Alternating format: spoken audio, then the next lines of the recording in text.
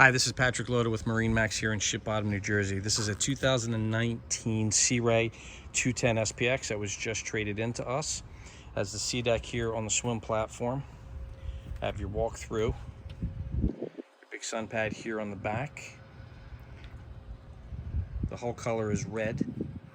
This is one of Sea Ray's most popular model boats. This is a great all-around for sandbar and just tooling around, having fun with the family.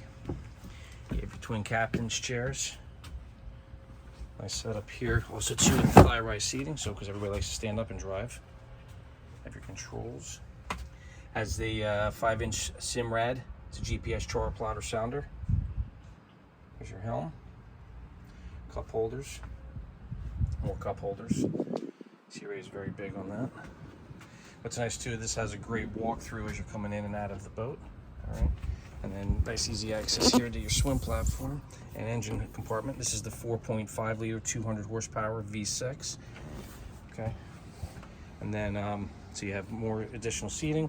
This is also the snap out interior, the infinity woven vinyl. Have a lot of nice seating up here in the front.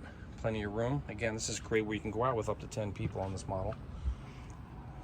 Great for maneuvering around. A lot of storage on this boat.